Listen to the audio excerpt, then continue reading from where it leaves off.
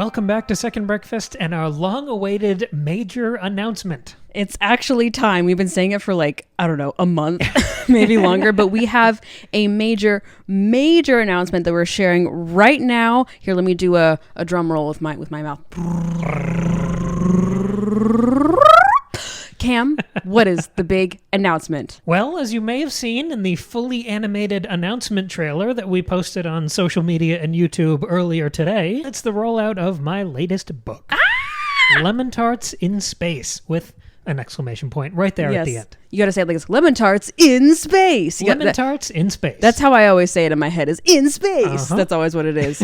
Y'all, I am so excited to finally have this out and to have y'all hear all about it. I'm saying it like it's just Cam. Cam did it all. This is Cam's book. It's the whole industry. Cam, You're on the team. Cam, what is Lemon Tarts in Space about? Lemon Tarts in Space. Well, here's the little pitch for you to tell you all about this thing. I've been so excited to talk about this. We've been teasing it for at least a month now. Say a long time. So here's the pitch for the story. Captain Duncan Arugula is being hunted by a sniffing, snarling, snurgling, pointy-toothed monstrosity.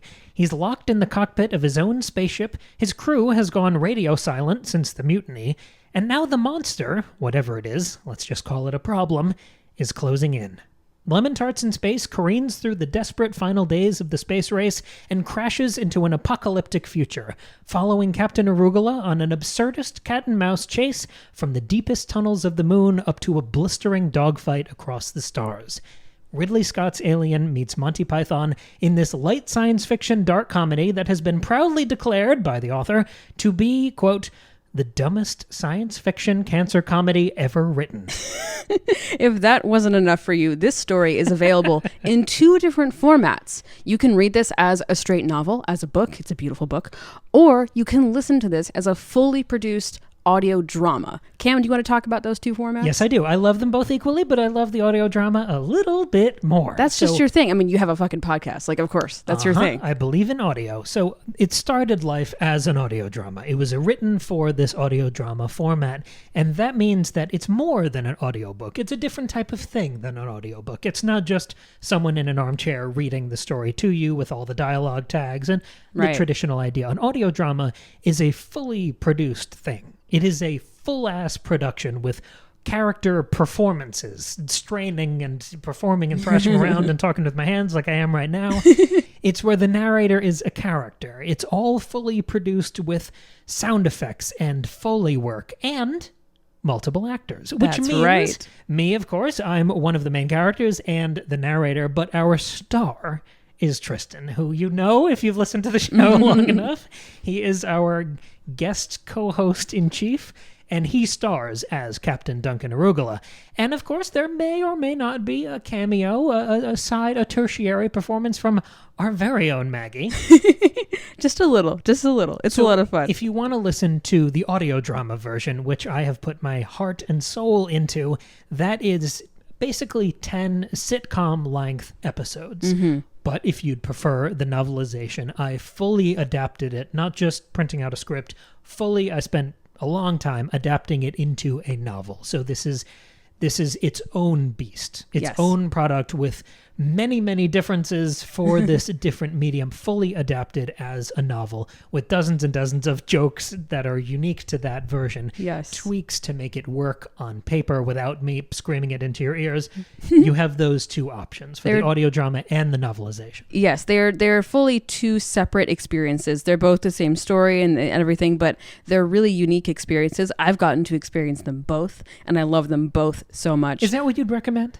Both of them? Well, yes, absolutely. I Buy a copy for everyone you've ever met in both formats? And then also get an ebook. Like, what you might as well. It's available in all these formats. No, I really would, because they're 2 separate experiences and they're both equally delightful. If y'all don't know, Cam's been doing audio work for a long time, and he's always been very good at it. I think this is your best work in your audio realm. Yeah. And this is like one of your best projects that you've ever written. I mean, everything you write is fantastic, but this is, I think, one of my favorites. It is so good. Yeah, I've been writing audio dramas and novels and short stories and writing and drawing comics and graphic novels. I've been doing all of that for 10 years, and this has all of those elements rolled in there. It sure does. The cover design was done by you. Oh yeah, cover design, the character art, all of these little profiles and sketches. and of course the performances and the audio editing and the production and it's all in there. I'm wearing a lot of hats. And this story especially is like 4 years in the making. You started writing it right when the pandemic hit, right around the time we started this podcast, actually. Yes, it started life as one little short story and blossomed into the monstrosity you're hearing about right now. It's so excellent. And if you want to hear like even more about this project, if you want to get more hyped, we did a series of interviews that we're going to be releasing over the next few weeks. I interviewed Cam and Tristan about the various stages of this project. Our part 1 is going to be an interview with me and Cam talking about the writing of Lemon Tarts in Space. Interview number 2 is with Cam and Tristan talking about the recording of the audio drama. It was a delightful conversation. And the final interview is me interviewing Cam about his editing process, mostly with the audio drama and all of the sound effects and the Foley art and all the stuff you heard him talking about. So in none of it'll all be spoiler free. So if you want to like learn more about the book, that's where all of that's going to be.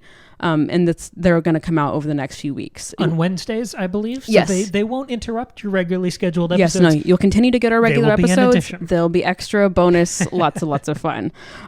Cam, where can people find this book? On the internet. Link in bio is going to take you to all the different formats. It's one link. It can get you to the audio drama. It can get you to the ebook, the paperback. It's going to be available pretty much anywhere. Plenty of options for how to buy and where to buy. We've kind of taken this as a grassroots thing and tried to spread it as far and wide as possible. Yes, absolutely. It is so much fun. I can't wait for y'all to hear it. It's really fantastic. And just because we love y'all so much, we'd like to give you a little tease. We have a little treat here. Yes, we do. So in addition to hearing our pitch and discussion and hopefully excitement that is coming through the microphone in the last 7 minutes here, we wanted to give you a little slice of the book, a little preview, a little proof of life, a little concept here. So we've found this, well, I went through for a whole day and found this. You did this part. It's like the retail sample. Say you're on Audible, wherever you get your audiobooks, and there's that little sample that you can listen to. Yeah. This is that clip. So this is 2 minutes. And I think this encapsulates all of the main elements of the book. Yeah, I mean, if y'all have ever listened to a single episode of this podcast and you like anything Cam's ever said, any of his silly ideas, any of his style, his humor, his love of storytelling, it's all in this book. If you like any part of our show, you're going to like this book, guaranteed. Thank you very much for listening. Both the audio drama and the novelization are available right now. The release date is today. It is this very second. And I would now like to proudly present to you Lemon Tarts in Space. He burst a blood vessel in his left eye. Where is it?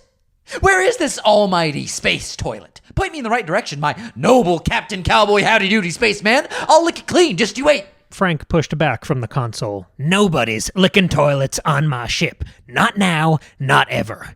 Your problems are my problems now, but that don't make us a we. Ain't no teamwork with liars, not possible. Now, if you'll calm down long enough to listen, it's taken care of. He extended one finger and dramatically pressed the big red enter button. Initiate self-defense procedures. As for your original question... About your accent? No, not that one. The other question. What I want from you. And I'll tell you. He paused to smile. But we gotta go kill this thing while we have our little chat. Come on now. He led Duncan past the gun turret, which was lazily flopping back and forth.